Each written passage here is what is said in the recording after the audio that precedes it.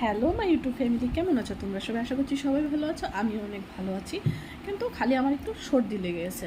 সর্দি লেগেছে বলতে আমার এটা অ্যালার্জি, হঠাৎ হঠাৎ কখনো হয়, হলে আর সহজে মানে তোমার কমে না জিনিসটা।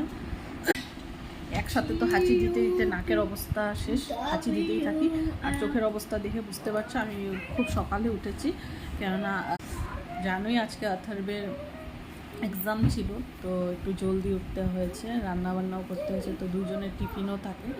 আর তার উপর হচ্ছে ওর পাপা দুপুরে টিফিনটা নিয়ে যায়, কেননা দোকানে একটু কাজ আছে, ওর জন্য টিফিনটা নিয়ে যায় সাথে।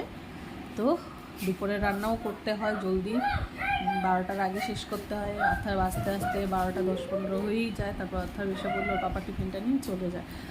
তো এর জন্য তো আজকে রান্নাবান্না তো অনেক জলদি হয়েছে, তো আমি একটু রেস্টও করতে টাইম পেয়েছি। তো চলো তোমাদেরকে দেখাই আজকে আমি কি কি রান্না করেছি। তো চলো দেখাই। এই দেখো, পাবদা মাছের ঝোল করেছি, এখানে পটল ভাজা করেছি, আর এরকম করে ভাজা করেছি, অর্থাৎ খেতে পারে নরম চোকলাটা সরিয়ে দিলে।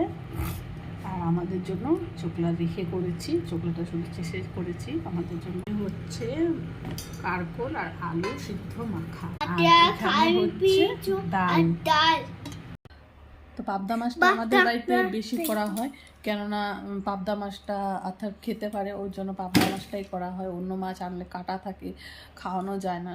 আর শিং মাছটা এখন আনছে না, অনেক দিন ধরে আনা হচ্ছে না, পাবদাটাই বেশি আনা হচ্ছে। তো অর্থাৎ খেতে পারে, আর আমাদের তো হলেই হলো, মানে এরকম ব্যাপার। আর এমনি পিস মাছ আনলে ওগুলো তো জ্বালানি, ওরা লোকাল মাছের তো পেটি জানোই তোমরা কত পাতলা থাকে, তো ওটা আর কী খাবে। অন্য পিসগুলো তো আমি বেছে খাওয়াতে পারি না, এই জন্যই আর কি এই মাছই করা হয়। তো যাই হোক, এখন খাওয়া দাওয়া করাবো, আমিও খাবো। যা কিছুই হোক না কেন ভিডিও করা ছাড়বো না, ভিডিও আমি করেই যাব।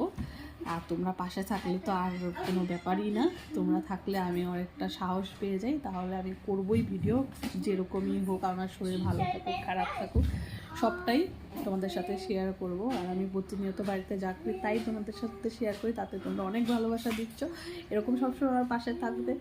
আর দেখা হচ্ছে পরের ভিডিওতে, তোমরা সবাই ভালো থাকবে, সুস্থ থাকবে।